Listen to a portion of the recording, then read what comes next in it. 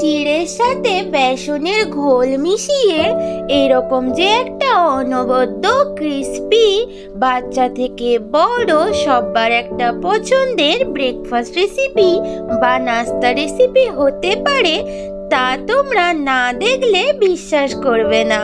নমস্কার বন্ধুরা, আমি মিষ্টি। আজকের এসেছি চিড়ে এবং বেসনের ঘোল দিয়ে একটা ক্রিস্পি ব্রেকফাস্ট বা নাস্তা রেসিপি নিয়ে। কিভাবে বানাচ্ছি তা তোমরা স্টেপ বাই স্টেপ দেখতে থাকো। এটা ভালো করে চেলে নিয়ে একটা আমি বোলের মধ্যে ট্রান্সফার করে নিলাম। এদিকে দেখো, আমি যেহেতু চিড়ে আর বেসন দিয়ে রেসিপিটা বানাবো, এখানে আমি বেসন নিয়ে নিয়েছি। এবার আমি এক এক করে এর সাথে মেশাবো একটু হলদি পাউডার আর দেব একটুখানি লবণ। এবারে ভালো করে মিশিয়ে নেব বেসনের সাথে। এবার অল্প অল্প জল মিশিয়ে একটা আমি বেসনের ব্যাটার বানিয়ে নেব। প্রথমেই একসাথে বেশি জল দিলে হবে না, অল্প অল্প করে মিশিয়ে নেব। ঠিক আছে, ব্যাটারটা বানিয়ে নিয়ে আমি ফিরে আসছি। দেখো বেসনের ব্যাটারটা দেখো ভালোভাবে রেডি হয়ে গেছে, দেখতে পাচ্ছ কনসিস্টেন্সিটা তোমরা। ঠিক আছে, এবারে আমি কিছুক্ষণ একটু ঢাকা দিয়ে বেসনটাকে রেখে দেবো, দিয়ে নেক্সট স্টেপে চলে যাচ্ছি। এইবারে আমি 3টে বয়েল করা আলু নিয়ে নিয়েছি। আলুটাকে এবারে আমি স্ম্যাশ করে নেব। তোমাদের কাছে যদি ম্যাশার থাকে তোমরা ম্যাশার দিয়েও করতে পারো। আমার কাছে ম্যাশারটা অ্যাভেলেবেল নেই, তাই আমি স্পুন দিয়ে করে নিচ্ছি। ঠিক আছে, স্ম্যাশ করে নিয়ে আমি ফিরে আসছি। এই দেখো আমার আলুটা কিন্তু ভালোভাবে স্ম্যাশ হয়ে গেছে, একটুও কিন্তু কোনো লাম্পস নেই, দেখতে পেয়েছো? এই জন্য স্ম্যাশারটা দিয়ে যদি ইউজ করা যায় তাহলে কিন্তু আলুর মধ্যে কোনো লাম্পস থাকে না। ঠিক আছে, নেক্সট স্টেপে চলে যাচ্ছি। এবারে একটা প্লেটের মধ্যে স্ম্যাশ করা আমি আলুগুলো এবার দিয়ে দিচ্ছি। যতটা আমার পরিমাণে লাগবে ততটাই কিন্তু আলুটা দেব। প্রথমে আমি কম কম করে নিয়ে আমি তোমাদের দেখাচ্ছি। এরপরে দিয়ে দিচ্ছি পেঁয়াজ কুচি, গাজরগুলো ছোট ছোট করে কেটে রেখেছিলাম ওইগুলোও দিয়ে দিচ্ছি। তোমরা চাইলে বিভিন্ন ধরনের সবজি এর মধ্যে ইউজ করতে পারো, বিনস, মটরশুঁটি দিতেই পারো, তোমরা টমেটো দিতে পারো। আমি কাঁচা লঙ্কা কুচি দিয়ে দিলাম, আর একটু সামান্য আমি ঝাল ঝাল বানানোর জন্য একটু লাল লঙ্কা পাউডার দিয়ে দিলাম। তোমরা তোমাদের হিসেব অনুযায়ী লঙ্কাটা কম বেশি করে নিও। আর আমি দিলাম জিরা পাউডার, ধনিয়া পাউডার।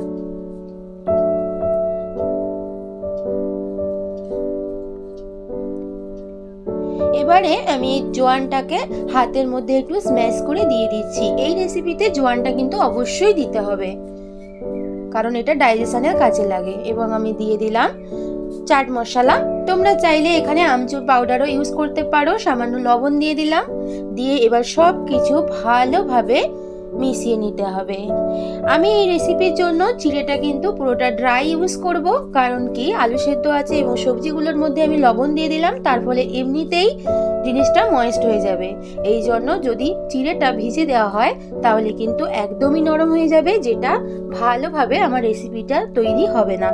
ভালোভাবে সবকিছু এবার মেখে নিচ্ছি।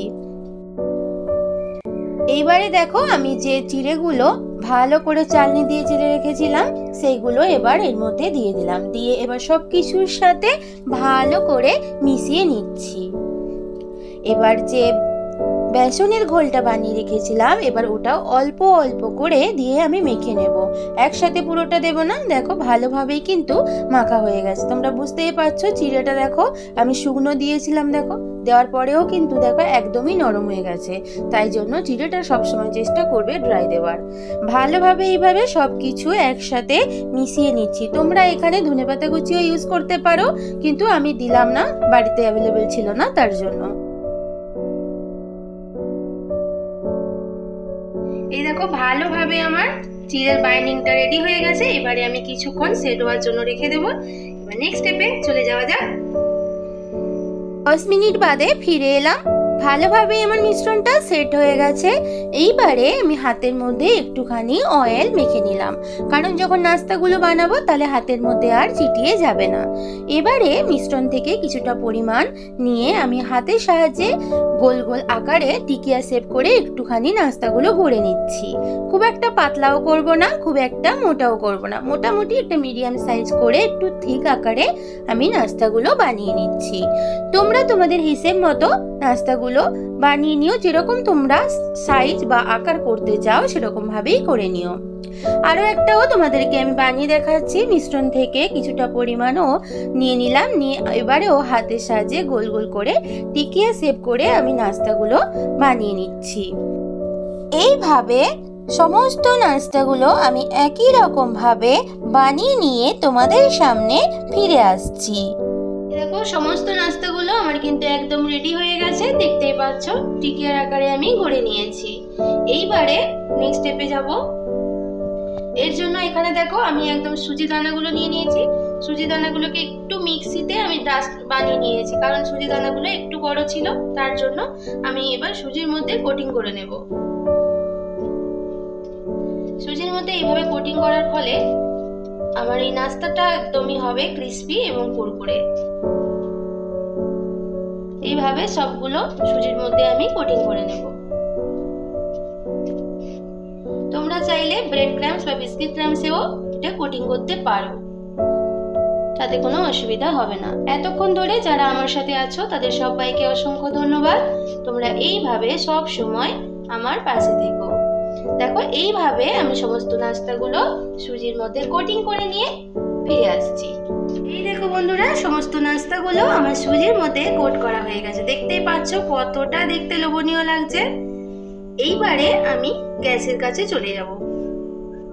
গ্যাসের মধ্যে একটা কড়াই বসিয়ে আমি হোয়াইট অয়েল দিয়ে দিয়েছিলাম। দেখো হোয়াইট অয়েলটা কিন্তু ভালোভাবেই গরম হয়ে গেছে। এই সময় গ্যাসের ভলিউমটা আমি একটু মিডিয়াম টু লোতে রেখেছি। এবারে এক এক করে আমার নাস্তাগুলো তেলের মধ্যে ছেড়ে দেব। তোমরা চাইলে নাস্তাগুলো শ্যালো ফ্রাইও করতে পারো, কিন্তু আমি আজকে ডিপ ফ্রাই করে দেখাবো। গ্যাসের ভলিউমটা মিডিয়াম টু লোতে রাখবো, কারণ কি ভালোভাবেই নাস্তাগুলো যাতে ভালোভাবেই সেদ্ধ হয়ে যায় ভেতরটা। কিন্তু যদি হাইতে দেওয়া হয় তাড়াতাড়ি পুড়ে যাবে, কিন্তু তাতে খেতে ভালো লাগবে না। দেখো ভালোভাবে এইভাবে ভেজে নিচ্ছি। একটা দিক প্রায় 2 থেকে 3 মিনিট ভেজে নেওয়ার পরে আমি অপোজিট দিকটা উল্টে নিচ্ছি। দুদিকটা ভালোভাবে ব্রাউন কালার করে ভেজে নিতে হবে। খুব একটা লাল লাল করে কিন্তু আমি ভাজবো না, মোটামুটি দুদিকটা হালকা ব্রাউন কালার হয়ে গেলেই কিন্তু আমার নাস্তাটা রেডি হয়ে যাবে। এইরকম একটা চিড়ের রেসিপি যদি বাচ্চাদের টিফিন বক্সে দেওয়া যায় তাহলে বাচ্চারা কিন্তু অনায়াসেই খেয়ে নেবে। টিফিন বক্স আর ভর্তি আসবে না। বাচ্চা থেকে বড় সবার কিন্তু খুবই ভালো লাগবে এই রেসিপিটি। দেখো ভালোভাবে সবগুলো উল্টে নিচ্ছি। দুদিকটা ভালোভাবেই দেখো ব্রাউন কালার হয়ে ভাজা হয়ে গেছে। এইবারে আমি তেল থেকে ভালো করে তেলটা ঝরিয়ে উঠিয়ে নিচ্ছি। এইভাবে আমার সমস্ত নাস্তাগুলো আমি এইভাবে ভেজে নিয়ে তোমাদের সামনে ফিরে আসব। এখন থেকেই দেখতে পাচ্ছ কতটা ক্রিস্পি লাগছে। এই দেখো বন্ধুরা, চিড়ে এবং বেসন দিয়ে একটা অনবদ্য ক্রিস্পি কুরকুরে রেসিপি তোমাদের সামনে হাজির। দেখো দেখতে কেমন ইয়ামি ইয়ামি হয়েছে না? খেতেও কিন্তু ততটাই টেস্টি এবং ক্রিস্পি ক্রিস্পি। কতটা ক্রিস্পি হচ্ছে দেখো, তোমরা দেখো।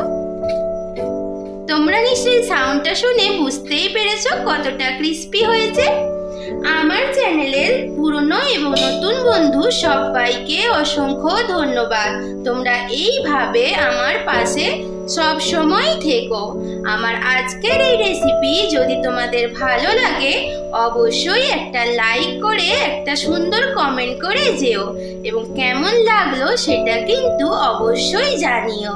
তাহলে বন্ধুরা আজকের মতো তোমাদের থেকে আমি বিদায় নিচ্ছি। ফিরে আসবো নতুন কোনো এক রেসিপির সাথে। ততক্ষণ তোমরা সবাই ভালো থেকো, সুস্থ থেকো, সব সময় হাসতে থেকো। টাটা।